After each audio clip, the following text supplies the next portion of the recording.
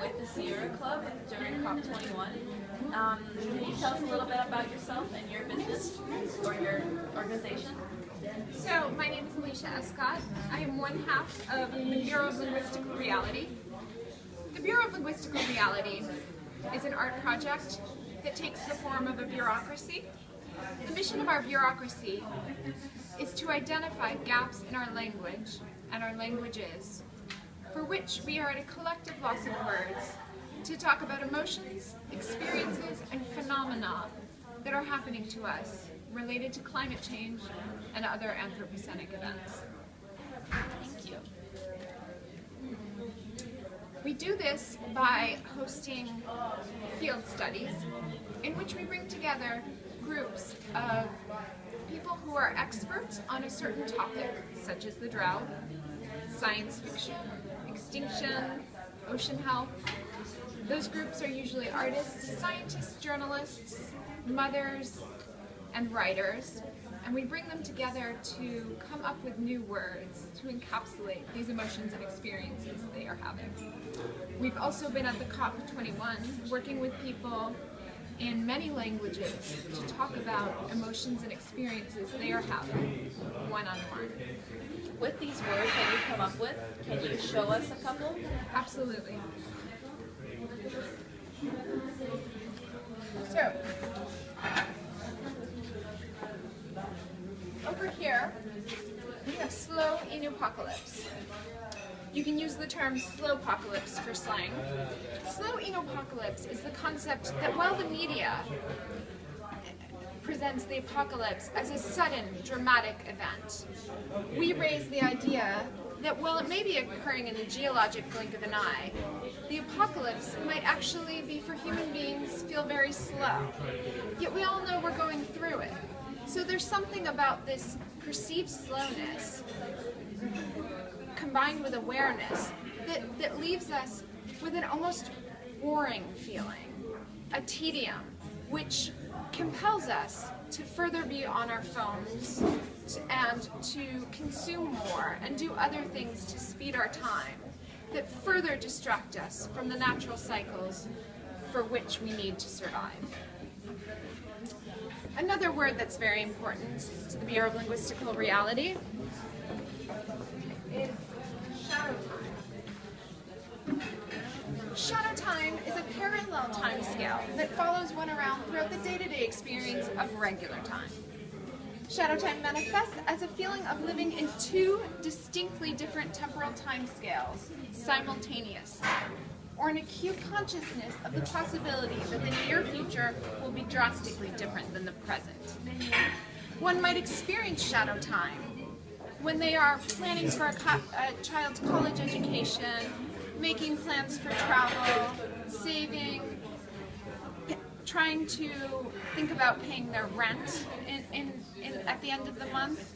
And at the same time, they worry that with drastic sea level rise, will all of these plans really matter? Another word for those of you in California, and we worked with, for shadow time, we worked with Ranu Majaki. In California, we worked with Gabriel Harp, who came up with the term gwilt. In San Francisco, we've had quite a drought, as you were probably aware. The word gwilt is experienced when one has houseplants, but they are trying to conserve water, and so they stop watering their houseplants, and the plants begin to wilt. Then they see the plants wilting, and they feel guilty for the wilting, and so they water their plants. However, when they water their plants, they feel extra guilty because they're not conserving water. Gwilt is a double bind. Wonderful. Have you experienced any other sessions or spoken to any other artists at Place to Be that have really grasped on to what you're speaking about and have showed interest in what you're doing? We have had a tremendous interest in the Bureau of Linguistical Reality while at Place to Be and throughout the COP. We have spoken with so many people who are having vast emotions, experiences, and they're witnessing phenomena for which we are at a loss of words. One of the things that we have collectively in this group realized that we desperately need to do while we are at the COP is to start identifying new words to talk about nature. Now, when we say the word nature, it immediately separates us from mankind.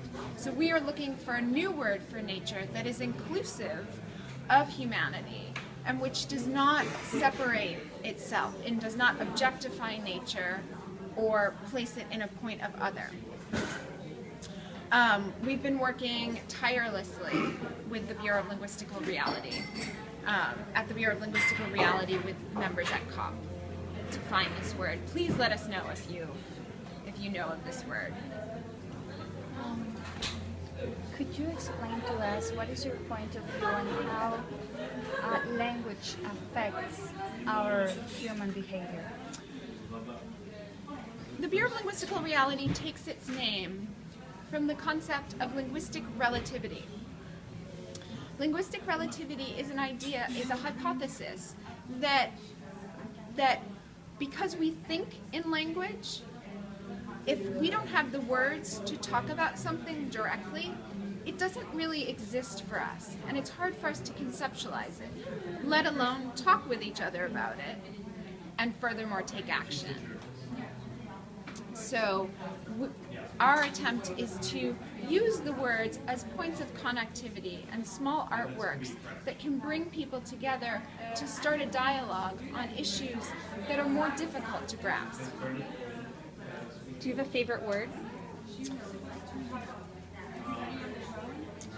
One of my favorite words is psychic corpus dissonance. That word is one of the words that myself, Alicia Escott, and my collaborator, Heidi Quante, first coined when we got together in California, and we realized that while the weather had been, during the drought, in the area of California we were in, which is traditionally fairly cool and wet, the weather had been unusually sunny and warm, day after day, week after week, month after month, and we were very much enjoying this nice weather. However, we didn't want to be the people who complain about nice weather. So we were just kind of silent about things, but we were quite concerned. And we started looking at each other sideways, and we realized we were both having this anxiety or concern. And we realized we were at a loss of words to talk about that.